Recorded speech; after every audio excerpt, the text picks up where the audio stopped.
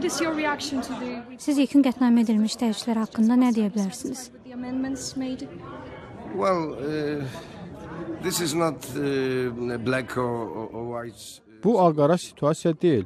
Həm məruzəsi olaraq biz bu hesabatda demokratik institutların fəaliyyətinə köklənmişdik.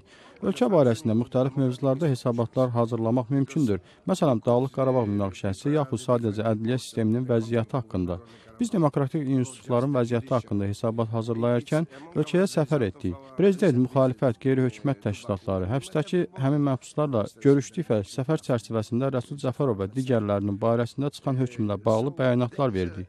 İnsan haqları ilə bağlı kiçik irəliləyişlər var, amma hələ də edilməli çox iş qalır. Məsələn, jurnalistlərə və blogerlərə münasibətdə. For instance, in relation to journalists, to bloggers. Amma siyasi motivli sayılan həbslərin sayının artdığı bildirilir. Bu şəraitdə insan haqları ilə bağlı irəliləyişin olduğunu necə demək olar? Just recently, Mr. Emin Huseynov, one of the human rights activists, Elədir, həbslər artır, amma Avropa oyunları ərəfəsində insan haqları müdafiəçilərindən biri Emin Hüseynov İsveçrə hökumətinin əməkdaşlığı nəticəsində azadlığa buraxıldı. İsveçrənin Xarici İşlər naziri onu öz təyyarəsində apardı.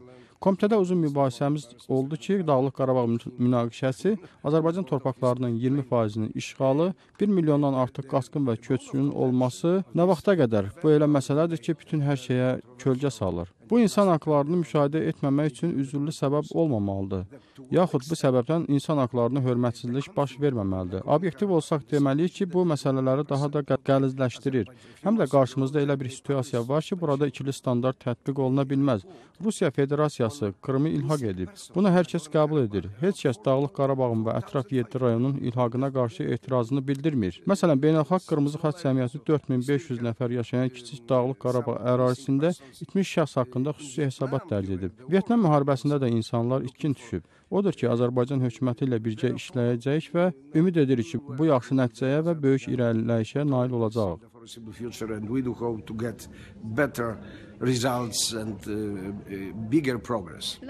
necə əmin olmaq olar ki, Dağlıq Qarabağ problemi bu dəfəki qətnamənin yerinə yetirilməsi üçün üzürlü səbəb kimi göstərilməyəcək? No, you know, I've been many times in Azerbaijan, also in Armenia. Bilirsiniz, mən dəfələrlə Azərbaycanda və Ermənistanda olmuşam. Küçələrdəki adi insanlarla danışmaq kifayətdir. Bu yalnız rəsmilərin müzakirə etdiyi məsələ deyil. Bir müddət əvvəl yenə insan itkiləri baş verdi. Bu çox həssas məsələdir. İranda yaşayan Azərbaycanlıların sayı Azərbaycan Respublikasında yaşayanlardan daha çoxdur. Azərbaycan Avrasiya İqtisadi İcmasının üzvü olmaqdan imtina etdi, Ermənistan isə daxil oldu.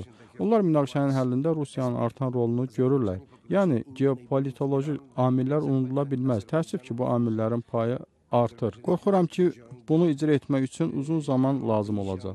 Economic community, you know, for instance, Armenia entered, so they see the